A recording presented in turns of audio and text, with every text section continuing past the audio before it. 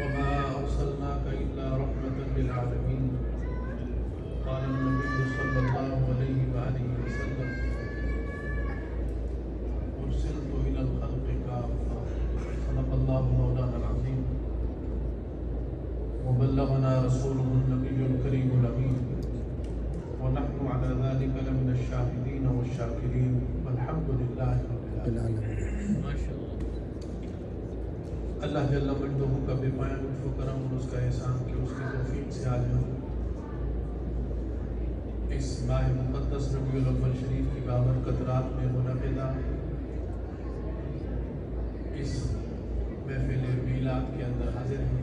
اللہ کی بارگاہ میں التجا ہے کہ ہماری اس حاضری کو اپنی بارگاہ میں قبول فرمائے. آمین. نبی اکرم صلی اللہ علیہ وآلہ وسلم کی خلقت سے ولادت تک کے موضوع پر ہماری سلسلہ وار گفتگو چل رہی. پچھلی جو گفتگو میری ہوئی تھی اس میں حضرت عباس رضی اللہ تعالیٰ آپ کے چچا ان کی جو نعت ہے آقا کی بارگاہ میں اس پر میں نے ختم کیا تھا. نبی اکرم صلی اللہ علیہ وآلہ وسلم کا تذکرہ آپ کی ولادت سے پہلے بھی ہوتا رہا اور جمیع انبیاء کرام آپ کی ولادت کا تذکرہ کرتے رہے. تو جب آقا کی ولادت سے پہلے میلاد کا تذکرہ انبیاء کریں تو وہ جائز، اور آقا کی ولادت کے بعد وہ نعمت اگر امت کو ملی تو وہ اگر تذکرہ کرے میلاد کا تو یہ کیسے ناجائز ہو سکتا. تو جمیع انبیاء کرام اور پھر نسل بعد نسل پاک سلبوں سے پاک ریحوں اور پھر پاک سلبوں سے منتقل ہوتا ہوا یہاں تک کہ حضرت آپ کے دادا جان حضرت عبد المطلب رضی اللہ تعالیٰ عنہ ان کے مبارک صلب میں یہ نور آیا. وہ صاحب مواہب دنیا روایت کرتے ہیں کہ حضرت عبد المطلب رضی اللہ تعالیٰ عنہ کے مبارک بدن سے مشک کی خوشبو آتی تھی اور رسول اللہ صلی اللہ علیہ وآلہ وسلم کا نور مبارک ان کی پیشانی میں خوب چمکتا تھا اور اس نور کی ایسی عظمت تھی کہ بادشاہ بھی ہیبت زدہ ہو جاتے تھے اور آپ کی تعظیم و تکریم کے لیے سیدنا عبد المطلب کی تعظیم کے لیے کھڑے ہو جائے. حافظ ابو سعید نیشاپوری نے ابو بکر بن ابی مریم اور سعید عمر انصاری کے ذریعے سے حضرت کعب الاحبار سے روایت کی ہے کہ حضور صلی اللہ علیہ وآلہ وسلم کا نور مبارک حضرت عبد المطلب میں منتقل ہوا اور وہ جوان ہو گئے. ایک دن حتیم میں سو گئے، اٹھے تو آنکھ میں سرما اور بالوں میں تیل لگا ہوا تھا. یہ آپ کے دادا کی شان ہے. سبحان اللہ. اور حسن و جمال میں بڑا اضافہ ہو چکا تھا. انہیں بڑی حیرت ہوئی. ان کے والد انہیں قریش کے کاہنوں کے پاس لے گئے اور سارا ماجرا بیان کیا. انہوں نے سن کر کہا کہ اللہ تعالیٰ نے اس جوان کی شادی کا حکم دیا ہے. چنانچہ انہوں نے پہلا نکاح کیلا سے کیا اور پھر ان کی وفات کے بعد دوسرا نکاح فاطمہ سے کیا. یہ حضور کی دادی جان.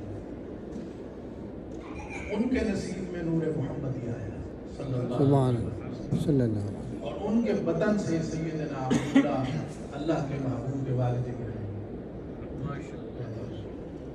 حضرت عبد المطلب کے بارے میں یہ بھی بتایا جاتا ہے کہ جب قریش میں قحط ہوتا تو وہ حضرت عبد المطلب کا ہاتھ پکڑ کر جبل ابی قبیس پر لے جاتے اور ان کے واسطے اور وسیلے سے اللہ رب العزت کی بارگاہ میں ان کا وسیلہ پیش کرتے اور بارش کی دعا کرتے، اللہ رب العزت ان کے والد گرامی کے وسیلے سے بارش برسا دیتا تھا۔ فرمایا وجہ کیا تھی؟ اس لیے کہ ان کی مبارک صلب میں نور مصطفیٰ تھا صلی اللہ علیہ وسلم۔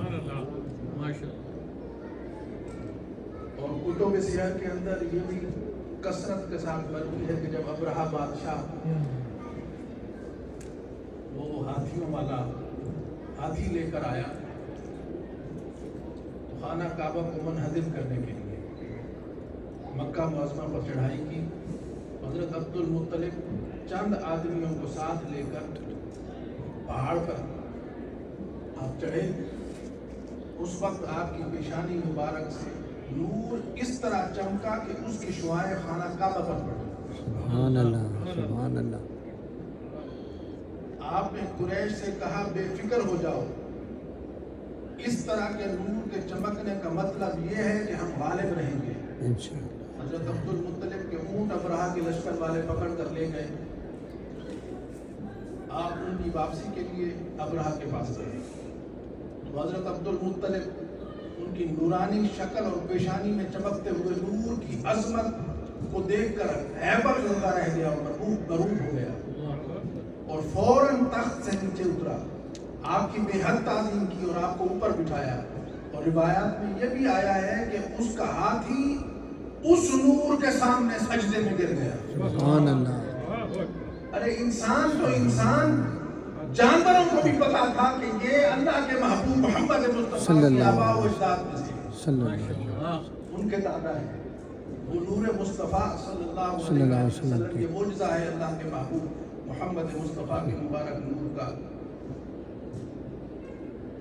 اور اللہ نے اس ہاتھی کو زبان دی، وہ جو سجدے میں گرا اس کو زبان دی، اس نے نور محمدی کی خدمت میں سلام عرض کی اور اس سلام کو سب نے سمجھا کہ ہاتھی سلام عرض کر رہا ہے۔ سبحان اللہ۔ اور وہ اونٹ اس نے چروائے تھے نا، اونٹ چرا کے لے گیا تھا۔ تو حضرت عبد المطلب نے فرمایا کہ مجھے میرے اونٹ چاہیے۔ اس نے کہا کہ میں تو آپ کعبے کو توڑنے آیا ہوں، آپ کو کعبے کی فکر نہیں ہے۔ فرمایا اونٹ مجھے دے دے، کعبہ جانے اور کعبے والا جانے، کعبہ جانے اور کعبے والا جانے۔ اور پھر وہ جو حشر کعبے والے نے اس کا کیا، وہ سورہ فیل کہتی ہے الم تری کیف فعل ربک باصحاب الفیل الم یجعل کیدہم فی تضلیل وارسل علیہم طیرا ابابیل ترمیہم بحجارۃ من سجیل فجعلہم کعصف مأکول۔ اللہ اپنے محبوب کو فرما رہا ہے، واقعہ اللہ کے محبوب کی ولادت سے پہلے کا ہے، اور کہہ رہا ہے محبوب کیا آپ نے نہیں دیکھا؟ وہ ابھی اپنے دادا سیدنا عبد المطلب کی مبارک پشت میں ہے وہ نور، تو اس پشت میں بھی وہ نور دیکھ رہا تھا ابرہہ کا حشر کس طرح سے اللہ رب میں الم تری کیف فعل ربک باصحاب الفیل، کیا آپ نے نہیں دیکھا کہ اصحاب فیل کے ساتھ تیرے رب نے کیا معاملہ کیا؟ الم یجعل کیدہم فی تضلیل، کیا ان کو ذلیل کر کے نہیں رکھ دیا ان کے مکر کو؟ اللہ رب العزت نے ناکام نہیں بنا دیا۔ وَأَرْسَلَ عَلَيْهِمْ طَيْرًا أَبَابِيلَ، اور ان کو اوپر ابابیل بھیجے۔ وہ کتنی ہوتی ہیں ابابیل؟ آج بھی آپ جائیں تو کعبۃ اللہ کا طواف کریں، ماشاءاللہ، جو اس وقت سے کر رہی ہیں اور نسل بعد نسل کر رہی ہیں۔ اللہ چاہے تو ابابیل سے بھی کام لے لے۔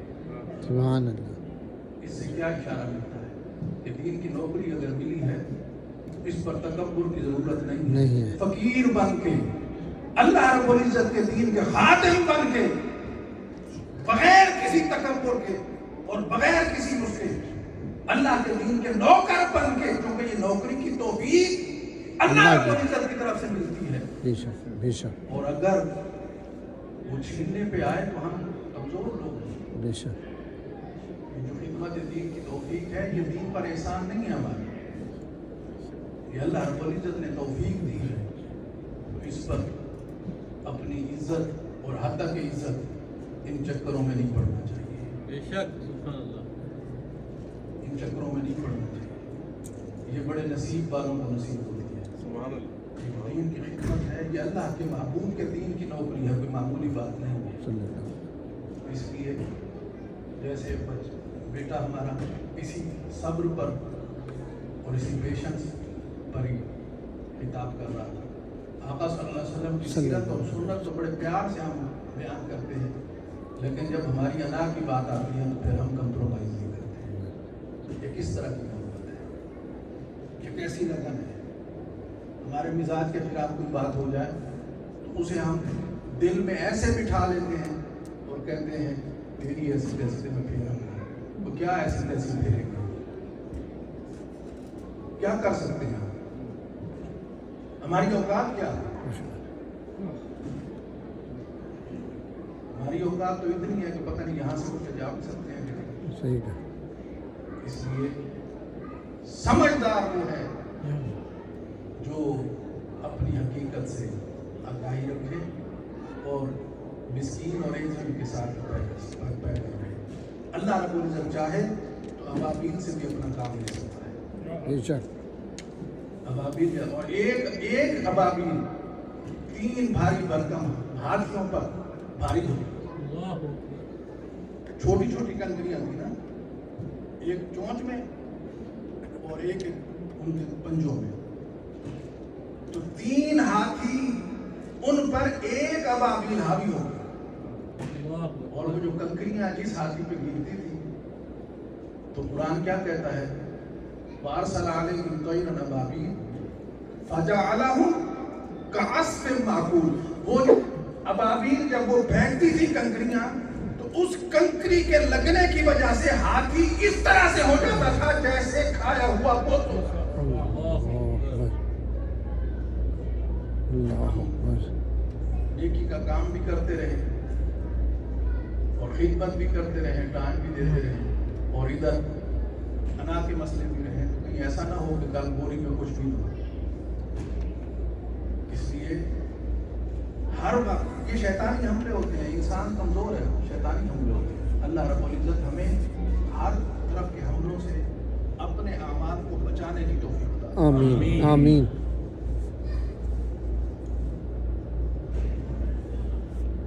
ابو نعیم اور ابن عساکر روایت کرتے ہیں حضرت عبداللہ بن عباس کہ ایک مرتبہ حضرت عبد المطلب اپنے فرزند سیدنا عبداللہ کو لے کر ایک کاہنہ کے پاس سے گزرے جو تورات کی عالمہ تھی اور سابقہ تورات، انجیل اور کتب سابقہ کی عالمہ تھی۔ اس کا نام فاطمہ شمعیہ تھا، فاطمہ شمعیہ۔